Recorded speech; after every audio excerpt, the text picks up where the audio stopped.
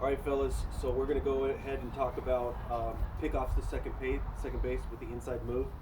One of the things that we want to talk about is making sure that your shoulders are square to the plate, your hips are square to the plate, and that when you're making your move, that you're not doing it so fast that the runner at second base doesn't have a chance to get off the base.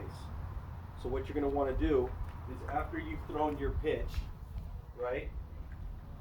You get the ball back. Usually either I or one of the coaches will tell you by giving you a signal to go ahead and pick him up at second base because we think he's taking too big of a lead, right? Or as you're walking back to the mound, you'll get some sort of information from your shortstop letting you know that he's taking that secondary lead on your first move.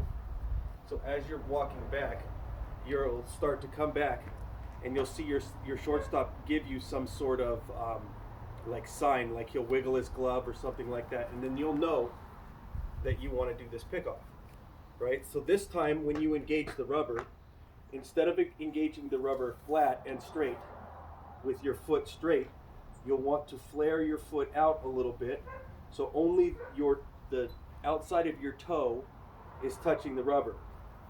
By doing this, it opens your hip up and makes it easier for you to lift and then turn.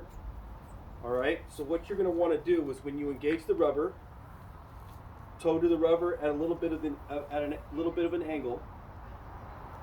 The runner at second base isn't going to be able to notice this difference that much. So it's not really that much of a tell. You're elevated on the mound. He's not going to be able to see it. Right? You're going to come set, and you want to give yourself time to let that runner, essentially like he was saying in the other video, let the mouse get into the trap, right? So we have our shoulders square, our toes set up as such.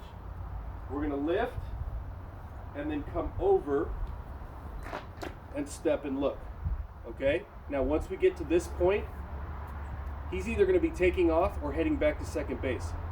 Like we said before, you don't have to throw this ball, okay? So once you get to this point, you have to evaluate the situation and understand either he's going to third base or he's going back to second. If you've got him off step and our shortstop is backdoored, we can throw that ball. If he's gone to third, we get him in a rundown, right? And we run straight at him. Once he commits to third base, we throw to third base, and then we get him running back towards the bag that he came from, okay? So as we're practicing this drill, right, here's how we can do it. We act like we pitch, come down, get the ball back. In our mind, we're pretending that we've gotten that sign, right, from shortstop or the coaching staff. Come in, engage the rubber, get your sign, make sure chest, hips are straight, ready, just like a pitch, lift, over, up, right? Then if you come back, same thing again, get the ball, get the sign, engage the rubber at an angle with your toe, get your sign, lift, over, turn. Your foot on your lift only has to cross the rubber. You don't have to go way out. It just has to cross the line of the rubber. So if you come here and you lift and come over to here, that's fine, as long as you've passed this line of the rubber. Okay?